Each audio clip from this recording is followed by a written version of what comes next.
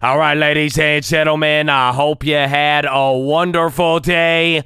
It was an absolute massacre in the markets today. NVIDIA violated everybody. I got clapped on my plays. We're going to go over all of that, but now we have Jackson Hole tomorrow, and if I could explain anything about what you have happening, again, this was a Chad who sent me this, so keep emailing me some good stuff, man. But even if you go look at the charts, you pull this back, this was a huge down day, top to bottom, from being up till being down. It was absolutely massive, but now here is the main point.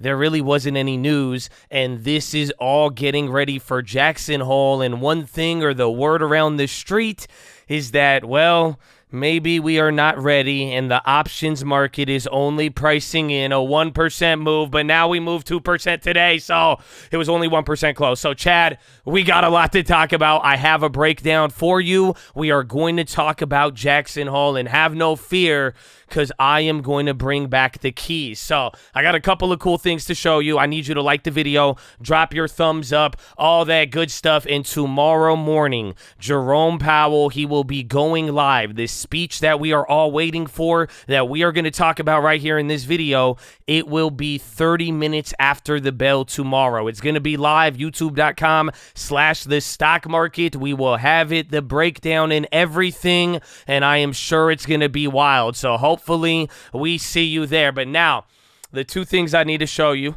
First, this shirt right here. So I wore this before, and it has like coordinates, and somebody said it's a Jackson Hole shirt, and I was like, whoa, I never knew that. And then you have me like looking up GPS coordinates for like 10 minutes to find out it's just Germany, man.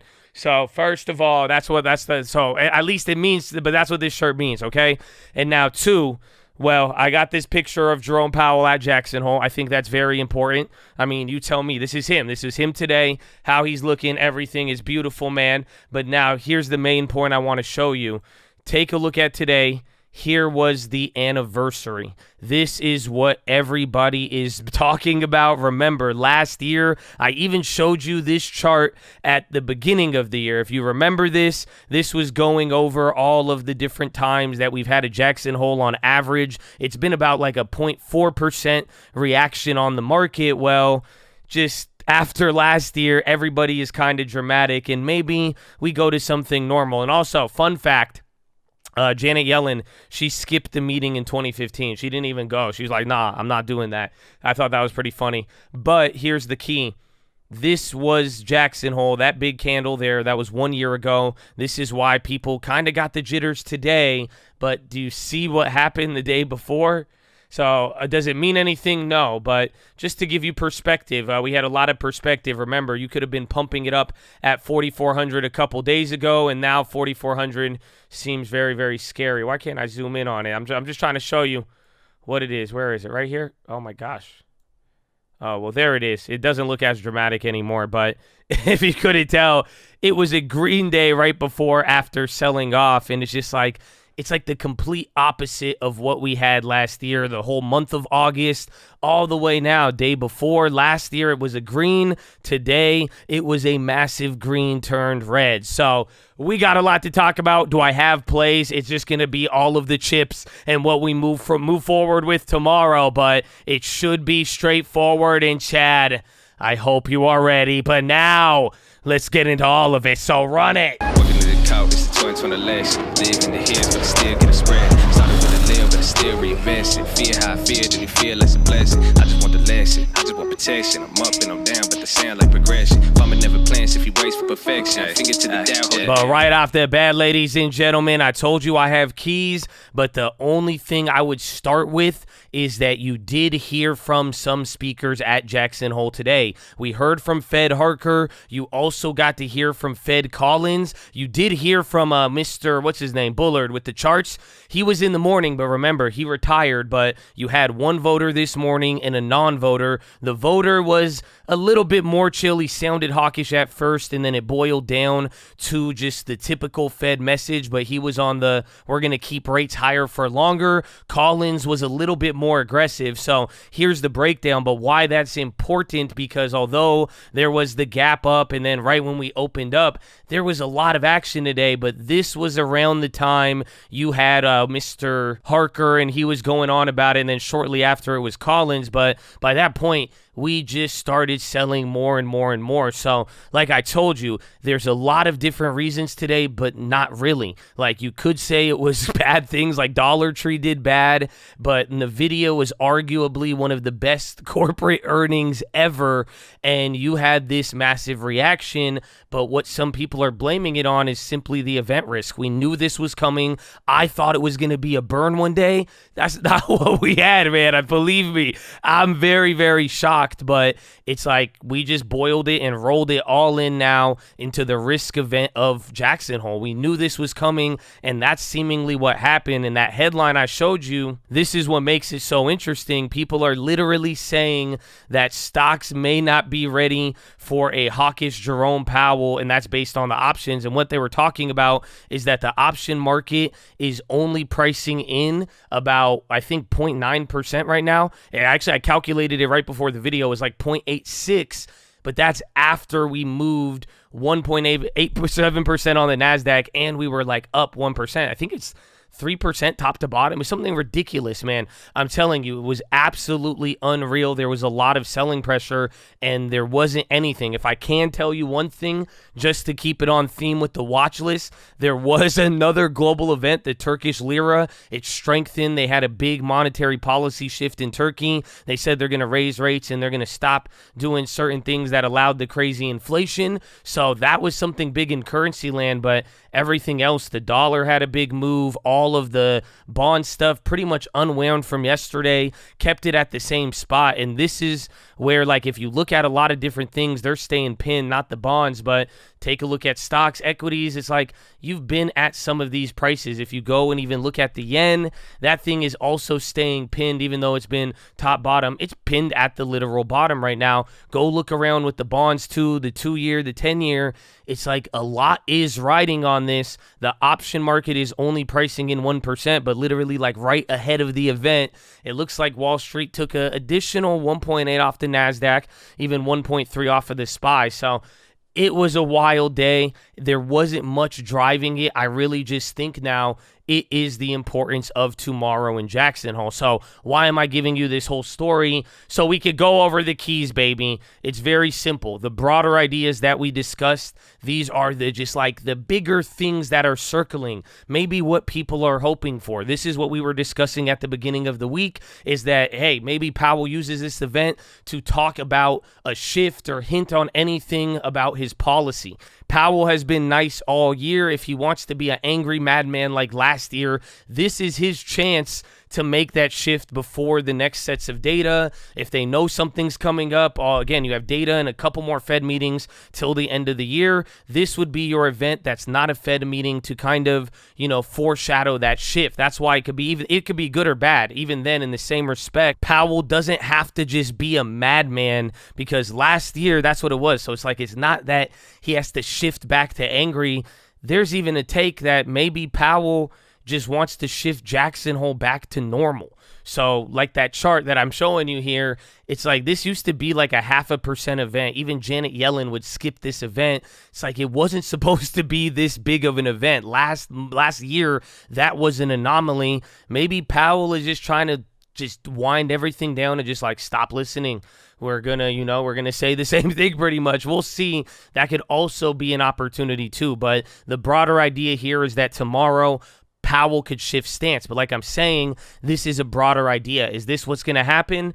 Vibe with me a little bit. So the other thing he could do is another broader idea that's been discussed, is that Powell could use this event to lift the neutral rate. We were saying this would be extremely bullish if Powell wants to hint at or say at this meeting, well, maybe we never get back to 2%, and now our new target's 3%, which means the whole higher for longer is closer to an end, or we're easier to get back there. That means mission accomplished. If you move the target closer, everybody would like that. So These are the broader ideas, but hopefully you saw what I have below here, the reality. And the reality is the main thing tomorrow, what you should be watching for is a hint at the terminal rate.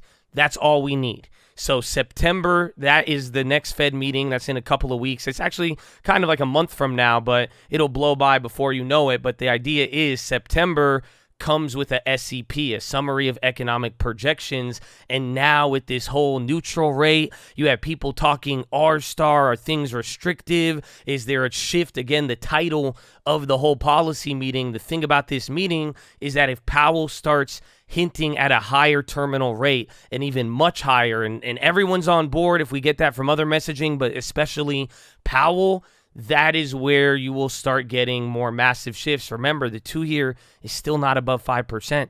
The 10-year still like hanging around that 4.2, 4.5. Like there's a lot more repricing, especially when the Fed funds rate is at 5.2 or 5.5 right now. And they're saying, you know, even the Fed futures, they moved a little today. I don't think that's what it was beneath the surface, but if Powell says the wrong things or the right things about terminal rate, that is going to be the main thing looking ahead of just where we're going with the markets, the economy. That is going to be the thing I think that people will react to the most. So that's what I'm going to be watching for. That's what I think the reality of tomorrow is. So it does hold importance. If Powell makes very explicit hints at having a higher terminal, that's not going to be good. If he doesn't, and it's just the same thing, and that's the final point, kind of already said it here today, but another big part of the reality here is that Powell should be expected to stay on message, and the rest is going to be up to the markets. Maybe it bounces off of something nice he says, and then we see that amazing selling pressure you've already been watching the last couple of weeks. Or maybe the market's like, well, he said nothing new, let's take it and run with it. But for the most part, if nothing has changed, if Powell does want to turn this thing back into a non-event type of event and not be constrained, maybe he uses the opportunity to just repeat the same thing and let everybody do their thing. And then now we have to wait for the next data and all of that and then go from there. So that's the breakdown for tomorrow. It's going to be very important. Like I said, there wasn't much today besides the speakers. There was durable goods orders, but it's just like, it's weird because I was telling you yesterday about the bonds. Bad data should make us react a certain way. You didn't really get that, and I think everything was all about now getting ready for this event. Some people are even worrying it's under hedged, but now he got the whole world in his hands. He got the whole world. That's it, man. It's up to Powell. But thankfully, we find out 30 minutes after the bell. So I will see you there. But now, let us get into the plays. So, right, that's, you know, I'm clapping because I got clapped. That's it, man. I'm an AI believer in the short term, not for the long term. That means I'm going to trade it. And like I'm saying, this is honestly why you want to trade it. I think you could learn a lot from this. But for the most part, I think today was a very wild one. And the way I feel is that I just like low-key got tricked into taking the risk premium, and now I'm riding into tomorrow with these plays. I'm putting it on Powell. I was already telling you I was bullish. Did I want to buy all these chips right ahead? Not really. I thought we would have got more follow-through, even the action on the day. You know, I'll go over the plays. So NVIDIA, I got those 50 shares. It was like, I think it's like $1,700 or like $2,000 down. Something pretty vicious, but I got in at higher prices in a weird way. This kind of just blew up the whole after-hours thing because right at the bell is sold, but I was thinking we would have got more than like one of these pops, but you even broke through every key level. It was just all across the board. I even went for an AMD. I lost 800 on that one. I got in at 108, so I lost 700. I did 100 shares at the bottom. I'm thinking, all right, it's coming down here, but for the most part, I like the idea. I thought there was going to be hype. I thought it was going to be a burn one day. I started my initial positions. I kind of went one after the next. Like I went with Intel initially on the first after hours, then I averaged down on NVIDIA in the morning with an additional set of shares. Then I went to AMD, and then I stopped after those because I was like, I don't think it's going to. I said, nope, now we got to wait till Jackson Hole. And honestly, we burned so much time throughout the day. It was one of those days. So that's where I'm at. I pretty much took like, I think $800 to $700 loss on Intel, $700 loss on AMD, almost $2,000 loss on NVIDIA. My goodness. And then also too, even RXRX, I went positive to negative, even got burned on that. The biotech plays, they kind of held up, but it's vicious, bro. So In reality, there's been some decent plays where it's like it kind of balanced out. I'm looking at it's like 3,000-4,000. You know, there's been some good ones, but it was just the fact of how it all sold off. It's like it kind of is just like exciting. It reminds me of some of the bearish days, but it just sucks when you're like, damn, I just went into that. So that's the interesting part. But what I did look at is kind of the comparison of options I wanted to see. So the options weren't bad if you got in like middle of the day with some time, but it's like the thing that got me killed is I was buying after hours. There's no after hours on this option chart. So we were just talking about it in that window. Here is the blessing and the curse. We did get burned on a couple of these throughout the quarters. You see it, but now this one was just kind of more shocking considering it was just everything was good from both yesterday, even the earnings report. I loved it. I have no excuse with that, but it's very simple. So my plan moving forward, I do want to hold it for a couple of days, but I think it's simple. If tomorrow is good, you're going to have whatever the market does. I think there will be a positive follow through eventually after what we've seen, even leading into the end of the month. It will be great. But if tomorrow is bad, it's hawkish. He hints at changing the terminal. We get real negativity out of that. It may like pop and drop, but I'm going to be down. You know, you usually might watch me hold on to him a little longer. It's okay. I'll be scared and I'll sell it. You know what I'm saying? Honestly, too, just to even make sure it's protected, you got to say stop loss, all that. But I'm just looking at it in the sense where I'm not liking what I see there. You've had a lot of stuff this month. And if Powell is going to green light it to the downside, then yeah, it's like I like NVIDIA and I'm going to keep trading. But we may have to see where a lot of things end up. So I'm excited about it, but I'm still holding. All that matters is 30 minutes after, baby. So we're going to see how it plays out. It should be exciting. Watch your balances and be careful. And again, like I said, I felt like I got tricked into it by making the other play, but I made those decisions. So don't make the decision till after. And remember, you could kind of let the dust settle here. And if you see some of the prices, it's like there's still more downside. Yes, there's still upside, but it's like, remember, you could also wait. So in this case, should have waited a little bit more, but now I'm still waiting to maneuver. But now we go forward. In chat, I'm just saying it's going to be volatile. There's going to be a lot, or maybe it's nothing. But Chad, that's it. That is your watch list, ladies and gentlemen. Make sure to hydrate healthy, ready to go. Make sure to post your watch list. Make sure we see you there in the morning. I need the armor on. I need the helmet shining. I need you to remember. He has the whole word. No, the actual song, though, baby.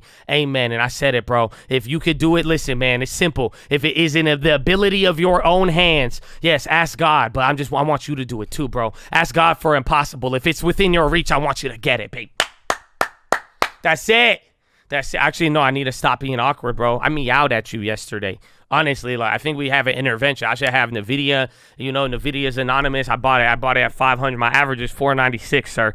I bought it at the tie. They used to call me Top Tick Josh. I was doing really good. I don't know what got into me on there, but honestly, I still feel kind of decent about it. But yeah, I thought this was an accepting. No, this isn't okay. No, but you see, that's it, bro. But like, I can't. I meowed. Like we should really talk about that. Was like, dude. It was cool though. It was a nice meal. I'm gonna just leave now. Okay, horn.